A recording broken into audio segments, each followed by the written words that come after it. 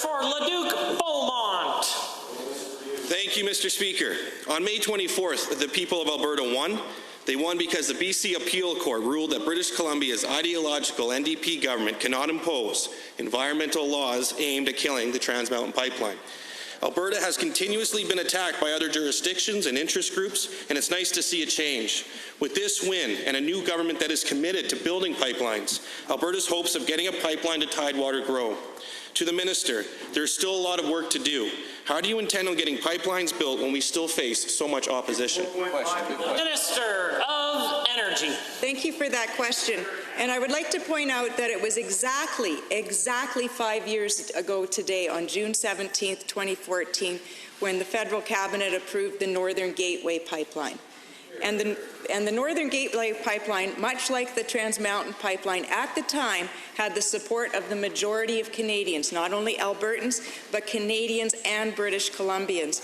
But we know that that's not always enough to get a pipeline built. And that's why our government is taking a stronger approach to stand up and fight for pipelines. The member for Leduc Beaumont. Thank you, Mr. Speaker. It's obvious that Alberta needs new pipelines in order for our energy sector to thrive. Given that numerous foreign interest groups sink millions of dollars into landlocking Alberta energy, and given that Alberta government has pledged to create an energy war room to take the fight to them, and given that social media platforms and these foreign interest groups' use has been proven to be an uncontrollable platform of both good and bad information, how exactly does the minister plan to combat the barrage of negative attacks and the spreading of misinformation? The Minister of Energy has the call. Thank you, Mr. Speaker. This is exactly why we're setting up the Energy War Room, to dispel the myths and lies about our energy sector. Governments have been far too complacent for far too long. We've already started to fight back, and we started that with the Trans Mountain Yes to TMX ad campaign we launched.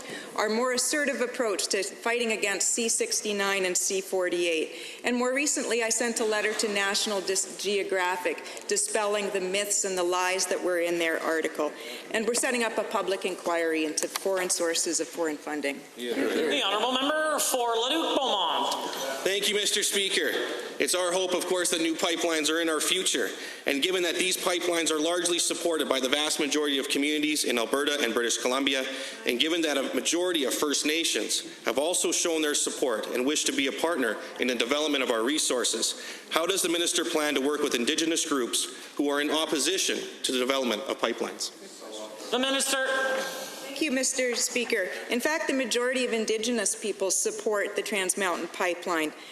There's over 130 First Nations who want to be participants and want to purchase and have an equity stake in the pipeline. So we are taking steps to support these groups, to support Indigenous groups that are pro-development. We're doing that through things like our Indigenous Opportunities Corporation that will help them buy equity, and through helping fund pro-development groups to litigate with our $10 million litigation fund.